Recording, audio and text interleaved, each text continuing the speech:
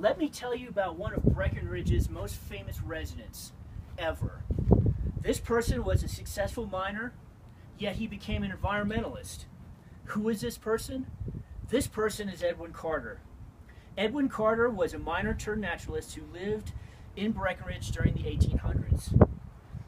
He built a cabin on 111 North Ridge Street that he used as a museum.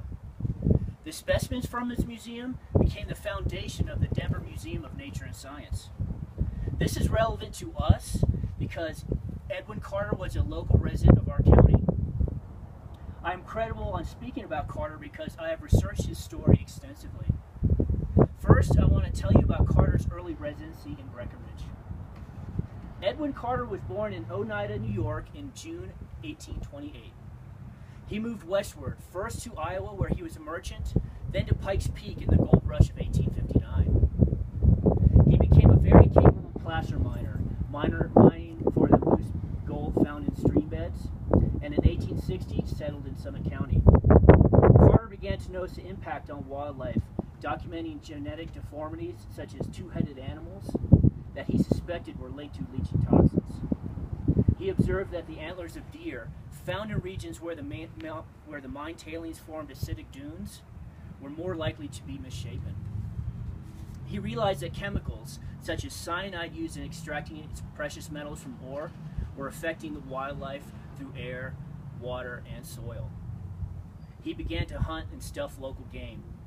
At first, Carter collected randomly, but by 1870, he began to hunt more systematically, intent on building a complete and carefully cataloged collection of Colorado fauna.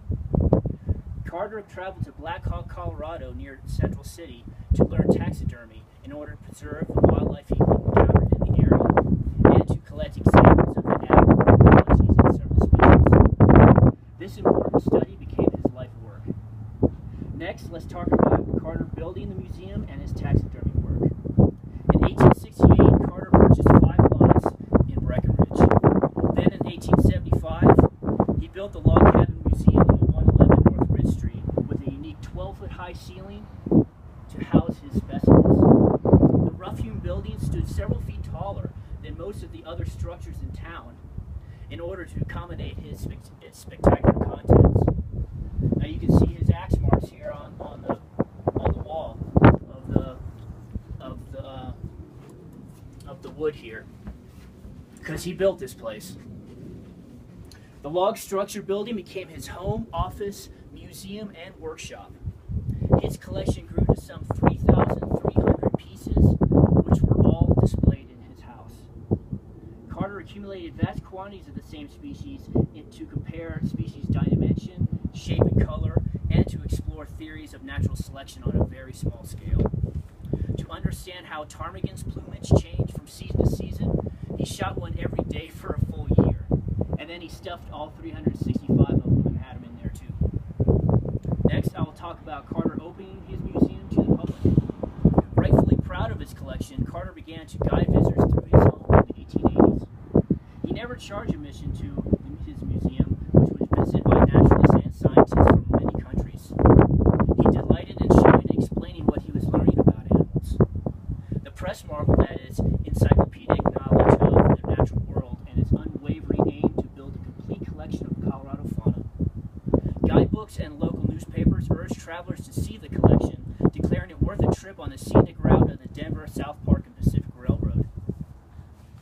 Denver's mayor and Colorado's governor made a special visit here in 1892. Visitors and reporters began to refer to the bearded naturalist as Professor Carter, an affectionate expression of respect for his deep knowledge of Colorado wildlife. And lastly, Carter's death and his museum afterwards. In early February of 1900, Edwin Carter died of apoplexy induced by arsenic poisoning. To prevent specimens from rotting, 19th century taxidermists coated specimens with a mixture of arsenic and soap, and poisoning was an exceptional occupational hazard. According to the Edwin Carter Museum and Discovery Center, Carter regularly polished the feathers and hides of his mounts with the preservative and slept each night among their toxic bodies, and had survived several bouts of arsenic poisoning.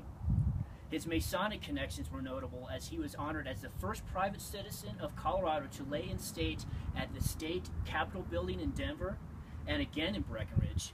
Both events were orchestrated by his fellow Freemasons. The Denver Museum of Nature and Science owes its original start to his collection, which was purchased after his death. His home/museum, part of the Breckenridge Historic District, is designated on the National Register of Historic Places. The log cabin is still in excellent shape after 125 plus years. As part of Breckenridge's 150th celebration, it was renovated in 2009. A selection of animals remains on display, along with several interactive kid-friendly exhibits. Now, in conclusion, Edwin Carter was a miner turned naturalist who lived in Breckenridge during the 1800s. He built a cabin on 111 North Ridge Street that he used not only as his home, but also as a museum to hold and display his extensive taxidermy collection. And the specimens from his museum became the foundation of the Denver Museum of Nature and Science. Thank you very much, all, for coming here. Good job. Thank you, Martin. Thank you. Good job.